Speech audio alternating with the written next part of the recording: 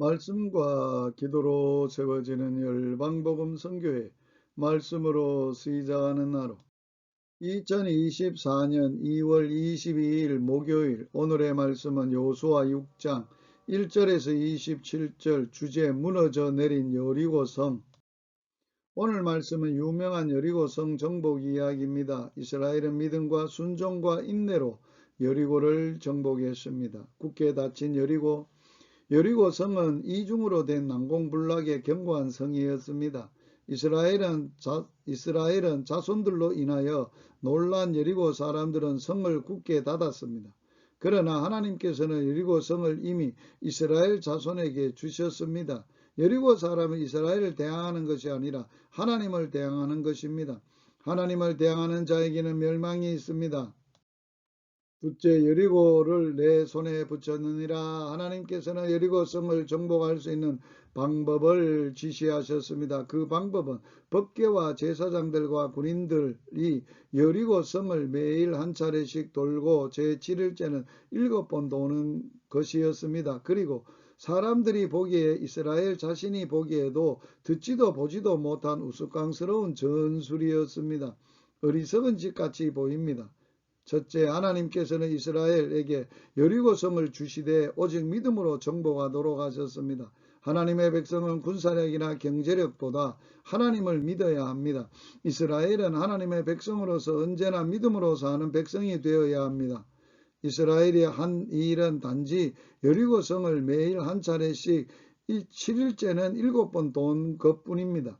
어리석어 보일지라도 믿음으로 돌았습니다. 그리스도인은 모든 것을 믿음으로 하여야 합니다. 믿음으로 하지 않는 모든 것이 죄입니다.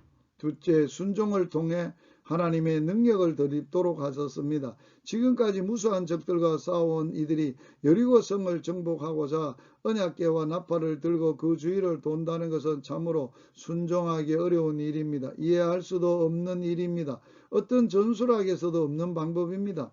그러나 하나님의 말씀이므로 과학적이거나 말하거나 이해가 되지 않거나 순종했습니다. 무조건 하나님의 말씀을 순종했을 때 하나님의 기적은 나타납니다. 하나님의 말씀에 순종하는 자들은 언제나 하나님의 기적과 능력을 덧입고 살게 됩니다.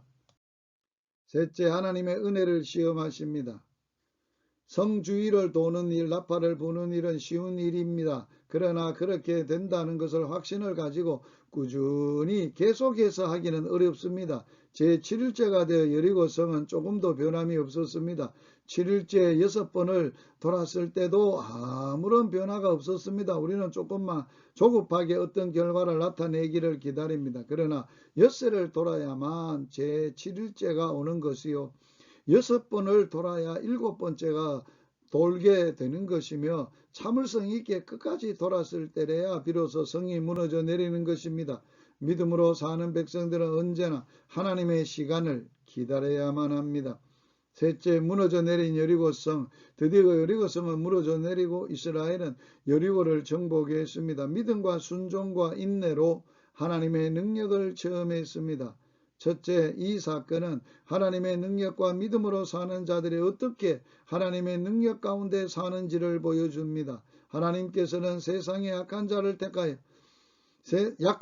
택하여 강한 자를 부끄럽게 하시며 세상의 능력이 있으심을 세상 사람들에게 보이십니다. 우리가 보기에 불가능해 보이고 어리석어 보이는 방법을 택하사 세상의 지혜와 능력을 폐하시고자 하십니다. 이 사건은 이스라엘 백성이 하나님의 능력을 들고 사는 민족이 되는 훈련입니다.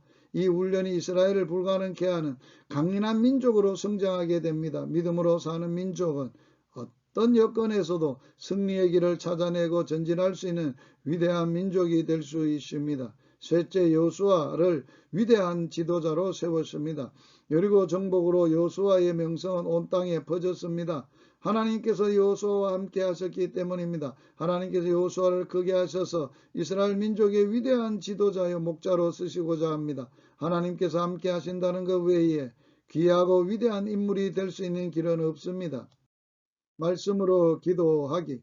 믿음으로 7일 동안 여리고를 두루다니며 성이 무너졌으며 주님, 우리 앞에 여리고성을 매일 믿음으로 돌며 승리하게 하여 주옵소서. 예수님 이름으로 기도하며 예수님 이름으로 축복합니다. 할렐루야.